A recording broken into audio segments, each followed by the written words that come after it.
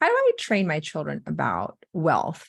What does it mean to have a wealthy mindset? So, the first thing that I do as a mom is, Ryan and I do as a parent, is actually define what wealth is, because it's important to create the definition before we train them on something that they don't know about, right? The first thing we do is, what is wealth? Well, wealth is an abundance of time, treasure, and talent for the sole purpose of contribution.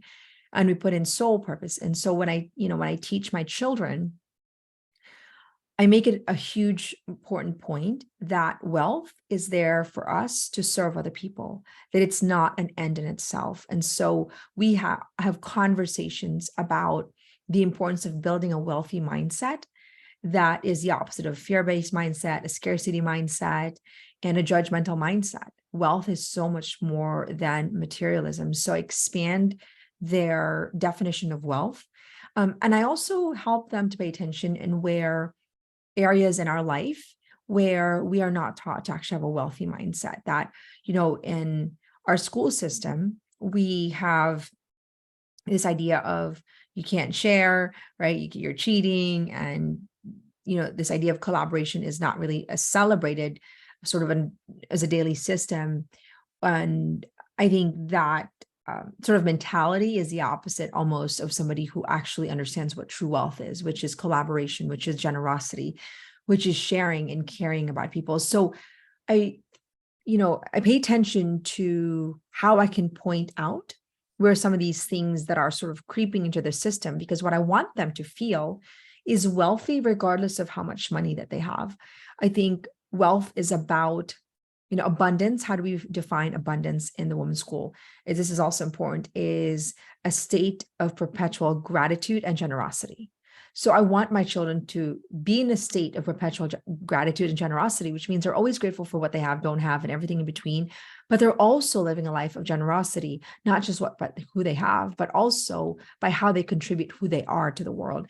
And it's not something that is, it's not a one and done. Like, it's a conversation that needs to be constant. It needs to be hyper vigilant. And I have young children. I have a 2-year-old all the way up to almost 16-year-old. And so my conversations for every child sounds different, even though I have the same, goal is to help them, achieve an abundant mindset and a wealthy mindset so that they can live a life of meaning and contribution. And so I translate so many of these different wealth conversations that I have, depending on the age group. I also really talk to them about the importance of living a life where we are building a life so we can give more. The idea is that we don't just make enough for ourselves. We have to make enough, build enough money and resources so that we can give more of our time and our resources. So I teach them and say, listen, the goal for you is to not just take care of you. The goal for you is to take care of the people around you. And you have to then pay attention to the concept of, I just want to make enough for me, because we might not know it, but it could be a selfish way of living, even though we're unaware of it. But to truly live abundantly with a wealthy mindset, we're not just thinking about ourselves. We are thinking of how to expand our ability to give more of ourselves. And I think that's true wealth. I want them to think about, giving their clothes away or being generous about, the extra stuff they have, and making sure that they're not hoarding things, and that it's not just for them to, bring things and make themselves look good, but rather it's really every part of them could be an act of contribution. I also make sure they pay attention to the fact that name brands and stuff don't change their value, because, if you can afford, I don't know, Nike shoes or whatever these different name brands is, it's easy to make the stuff that we own and have become our worth. So I'm hyper vigilant that they don't equate having their wealth as their worth. And their wealth is, if defined, never changes their value as a human being. Their value is unconditional, whether they have money, no money, and everything in between. So it's important not to collapse both. And so how I do that is I say, okay, my daughters are kind of preteens right now, so they want to buy, I don't know, more this nice Lululemon. That's the fans that they really like because it's comfortable for whatever reason. Their friends, excuse me, really like it. And so I say, okay, we buy this, but make sure you don't brag about it. Make sure this is change your value that you can wear Walmart and Lululemon and you don't feel bad or good about yourself that you like it because it fits well or it's, a quality, but you're not doing it to show the world that you can afford it, that it's not there for show. And I think that's important. And one of the things I give him a hard time about, because there was this fad about this Stanley water bottle, and nothing against Stanley, but we bought them coldest water bottle and we like it because it actually, I think it's, I don't get paid for the coldest water bottle, any commission or anything, but I think it lasts 36 hours cold. It's actually this right here, if you can kind of see it. We probably get it on Amazon, but we found it in the mall randomly. Anyway, I bought all my children and, they're mid-price, but they are the Stanleys were, I think there were more. And I told them, I said, the Stanleys, it's hard because to put a straw in, like, to carry around because there's a straw, And so I told them, I said, well, why are we buying this if it doesn't actually serve you the best? Because you can't even carry it. It spills on your bag. And they insisted and they still wanted to buy it. And I said, well, why are you buying it? Well, because everyone else has it. So I engage them in conversations. I don't say, well, you can't buy it if you're buying it with your own money. But at the same time, I want them to think about, well, are you, buying these things because that's what everyone has, or it's because you really actually like it and it's functional and it's quality. And I don't want to stifle my children because I think part of it is experiencing for themselves their own learning, which means, okay, this spilled in my bag. Mom said it really wasn't good quality, but I spent my money anyway. And, she was right. No, that's not the way they didn't do it, but that it actually wasn't a good quality. And I probably just did that because I really kind of wanted what all my friends have. Now, it's okay to want what your friends has, but don't do it to fit in. So you have to have these in-between conversations with your children so that they don't make, their ability to, to be able to afford that Stanley bottle or a pair of clothing or bag become something that makes them prove that they're now fitting in or more valuable. And it's a very, it happens very, I would say, subconsciously because it's pumped in our culture, the fancy stuff, the name brand stuff, and, what you wear and how you look. It's what so many, advertising is that's coming at our children that makes them feel like this is what makes you important and cool and valuable. So you as a mom need to be hyper vigilant in the way you're talking about and preemptively addressing the situation. So they understand the purpose of wealth is not just to say, hey, look at me, what do I have, blah, blah, blah. But it also means that you're not judgmental. So I have to stay in conversation with them on how to make sure that they see it in a way that it's there for meaning and contribution, because you might want that. You might want your kids to see it as, for purpose of contribution, but you're not having these micro conversations that creates distinction in how they see it on a daily basis and a weekly basis with the conversations with their friends. So there's a lot of vigilance that happens. So I feel like my girls are hyper aware of that. Excuse me, I would take off my throat. Hyper aware of that. And they are policing themselves so that they're not buying things because they want to be accepted. They're buying it because they believe it's a good brand and it's quality. And that's how I want them to see it. I also want them to pay attention to their language because what you focus on expands. If your language is a language of lack, I don't have enough, it's so expensive, then that gives you more evidence of what you're looking for. It's called a reticular activating system. So they know that it's a reticular activating system. So what I tell them to do is use language that are accurate, but doesn't put a cap in your ability to actually open doors of possibilities. Let me give you an example. Oh, I can't afford it. Means you've not given yourself to think outside the box because you've already decided that I can't afford it. To it's not the best time to buy that right now. It just means that it's not the best time to buy right now. It could mean that you can't afford it right now, but finding the right words that doesn't put you in a box is important, because it just means that it's temporary. And then you can say, oh, well, how can I afford it? Well, maybe you can, I don't know, work, or you can, do extra chores at home, whatever it is, so that it gives them a sense that there's not a limit, that they can shift their current situation if they work hard at it. So I think that's also very important. The other thing that I'm hyper vigilant is that there is a part of our faith, at least for me, that there's a subconscious undercurrent or current that says that money is bad and evil, and that people who have money are greedy and rich people are toxic. And it's not like they're saying that to people, but I teach women how to build wealth. I teach women how to make money. I, I'm striving for my own, wealth journey as a mom so I can have greater contribution in the world. I understand the purpose and the meaning of it, but some people might not. And so there's a narrative sometimes in our church unknowingly that people who have money are greedy, and people that, therefore you have to, give all your money out. Well, you should give our money away, but that, striving for money is a concept of unholy, and that it doesn't make you love God more. And all these, I think, false narrative that is maybe partially could be true, but it's not the fullness of truth.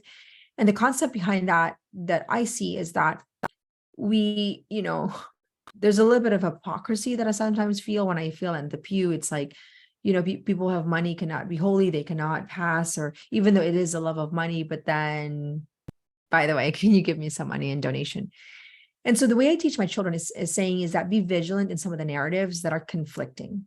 The goal for you to make money is to give all your money away. The goal for you is for you to make money so you actually can bring good in the world. The goal for you is not to just make enough money for yourself, because that would be selfish. The goal for you is to make money to rebuild our church.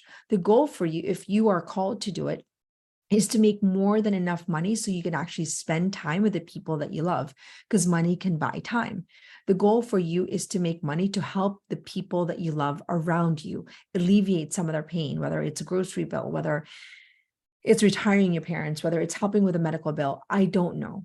But when we have more money to give, first of all, we feel so fulfilled because it fulfills us to be able to give money away that's genuinely from our heart, but it genuinely helps other people. So that's how I want my children to live their life, is to not be afraid of making a lot of money, but to also be very vigilant that the purpose of making money is to actually live a life of meaning and contribution. And I always use examples. I always try to connect the dots for them and say, listen, the reason why we're able to go on this vacation and, create an adventure, right? It doesn't mean you can't create an adventure, but we wanted to climb the rainforest. We're in Puerto Rico. And for safety, I didn't want to kind of do it on our own because I still have little children. So you had to pay. And, when you pay, by the time you all is said and done, it was, I don't know, $1,000. And so the purpose of that, to make money, is that we can create memories and adventure. It doesn't mean that you can't without money. It just means that if you can, you don't want money to be, the inhibiting factor of your ability to actually create greater adventure for your life. And that's how I want them to value and to see money, is really, it's there to serve people. And I also then connect it with their habits, because there's wealthy habits and there's poor habits, and it's a wealthy mindset habit and it's a poor mindset habit. And what I mean by that is, I can't do it is a poor mindset habit. It's a sort of fixed mindset to how can I? It's not just about having money. Being generous with our time is a wealthy habit, and being, living in scarcity, that there's never enough time, is, sort of a poor. It's not physically poor, but it's a poor in the sense that you're living sort of in scarcity. And I try to connect it also with how they use their money. Are they good stewards of their money? Because my children will, they'll do a lemonade stand, or my daughter did a camp last year and made almost $2,000. She was 11 at that time, and it was so successful. People want to sign up again. And she didn't know what to do with her money. And we taught her to put it in the bank and all this, which could be, or we invest the money back. I mean, that's another conversation. But the point is that some of my children are more less vigilant with our money and some are. And so what am I trying to say is that we're not knowing how, we're not born knowing actually how to be good stewards of our money. We have to be trained for it. We don't know that the purpose of money is to live a life of contribution and meaning. We have to train them for it. It begins with how we are being good stewards of our money, how we are living a life of contribution as parents, and how we're using our money for the good, to fuel the good, and not just to hoard, hoard, hoard. I also think it's important for us to use money as a means to create beautiful external environment for our family.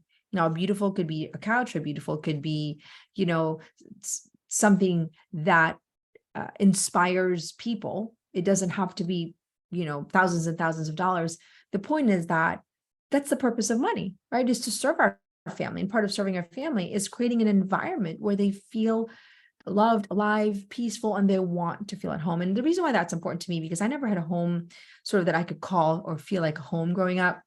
My parents were immigrants, and they were, did the best that they could, but I didn't see them for 5 years. So I didn't really have a sense of home. I didn't have a living room, and I was so happy. So it's not like I was, deprived as a child. Our living room was this 10-foot, 5 by feet printing press. And there was like 4 of them going on in our living room because my parents converted it because that was the way they made money, but it gave us a living. So I didn't sort of feel that sense of belonging in a home. And so it was very important for me to create a home where my children actually felt like they belong. And I also, when I went to the United States, my parents were nannies and they worked for a billionaire, and it wasn't like our own home. She built an extension of her mansion, which is such an incredible act of generosity, but it still wasn't our home. So there was a part of who I am that sort of longed for what home felt like.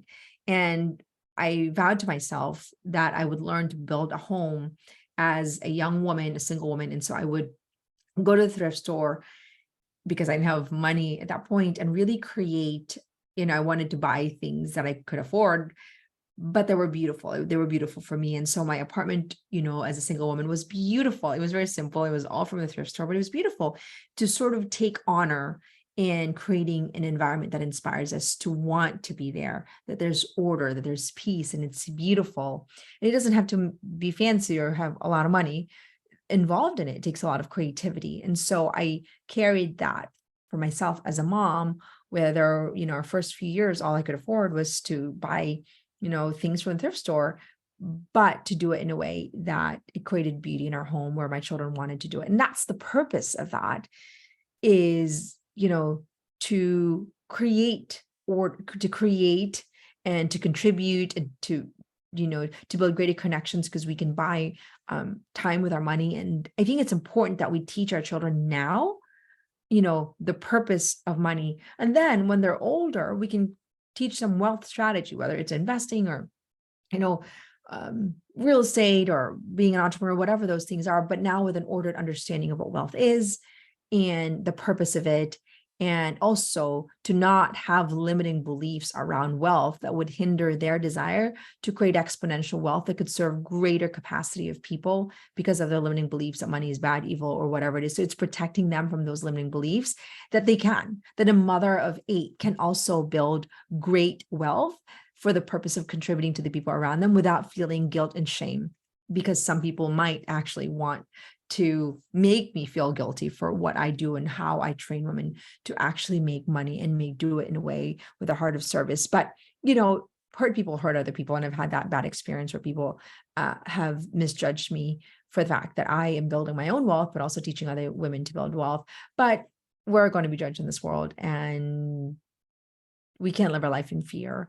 And what I hope for all of you is that you train your children now and invest in a wealthy mindset before they are pummeled or compounding limiting beliefs that inhibit them from their true calling, to maximize their capacity for greater service and contribution in the world, and to build wealth that is ordered, that is meaningful, and brings greater value to the world. Because I truly believe that good people need to have a lot more money to fight evil in the world. And that's one of my motivation behind why I teach women how to build wealth, why I want to build my wealth myself, because I'm tired of seeing people who are bringing bad stuff in this world, evil, have so much money to pour into it, I can't complain about it. I have to be the person that says, well, I now need to build my own wealth so that I can actually use my wealth to bring good in the world and fight the evil that's being pummeled through all this money of evil, of the TV shows and all these things that require money, but they're pumping junk in our children, pumping junk in our culture.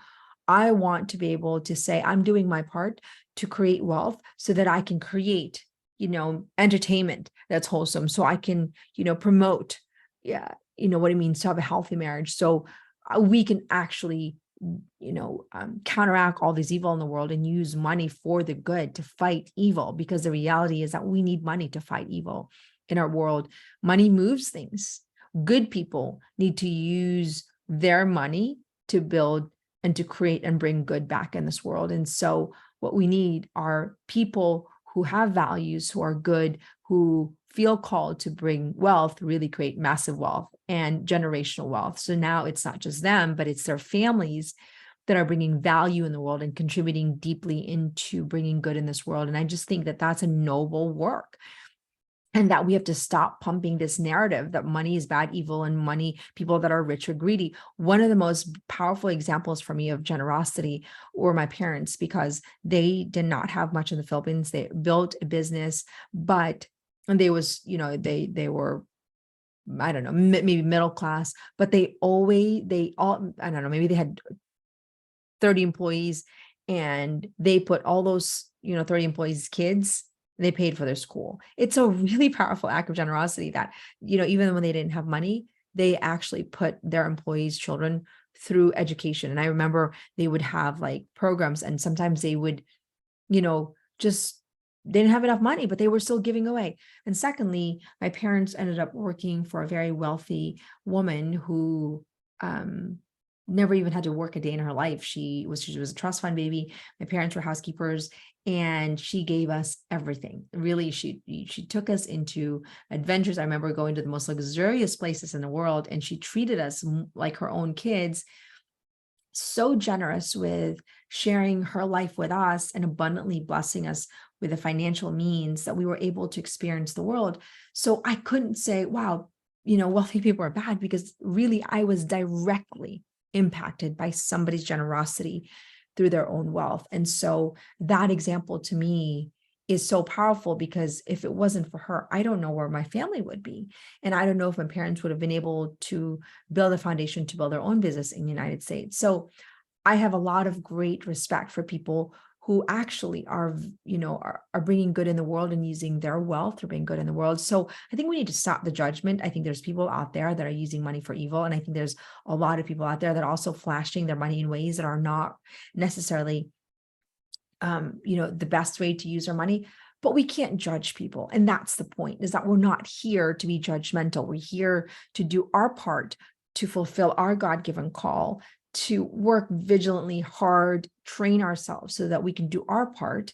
But it doesn't mean we have to put other people down and judge people that are wealthy or doing X, Y, and Z. We just have to stop this nonsense of being so critical and judgmental about people who we might not fully understand and jump into conclusions. I think we do so much harm, and it comes from a place of woundedness when we start judging other people and we start criticizing them for their success, it probably signals an unfulfillment in our part. It probably means that maybe we deeply desire some wealth, and somewhere along the road, we've been told that wealth is bad, and we have now accustomed it as our own belief, and it's stifling actually our call maybe to build greater wealth and our desire to actually amass wealth for the good. So there's an unfulfillment there that's causing a lot of frustration, and then it comes out in different ways. So what am I saying to you? I'm saying that stop the judgment. If you feel called to build great wealth, do it with great tenacity, with great determination, but use it in a way that it's ordered towards higher contribution, because ultimately that's what's going to fulfill you,